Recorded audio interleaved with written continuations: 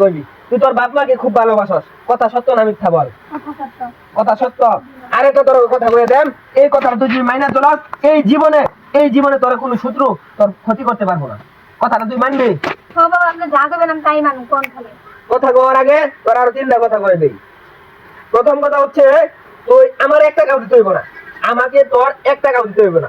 মসজিদ মাদ্রাসার নামে একটা মোমবাতি কেনার জন্য 10টা টাকা দিবি, এমনকি একটা গরিব অসহায় লোককে আরো 10টা টাকা খাইতে দিবি। কয় টাকা হয়েছে? 20 টাকা। 20 টাকা কিন্তু আমার দিবি না গরিবটা দিবি?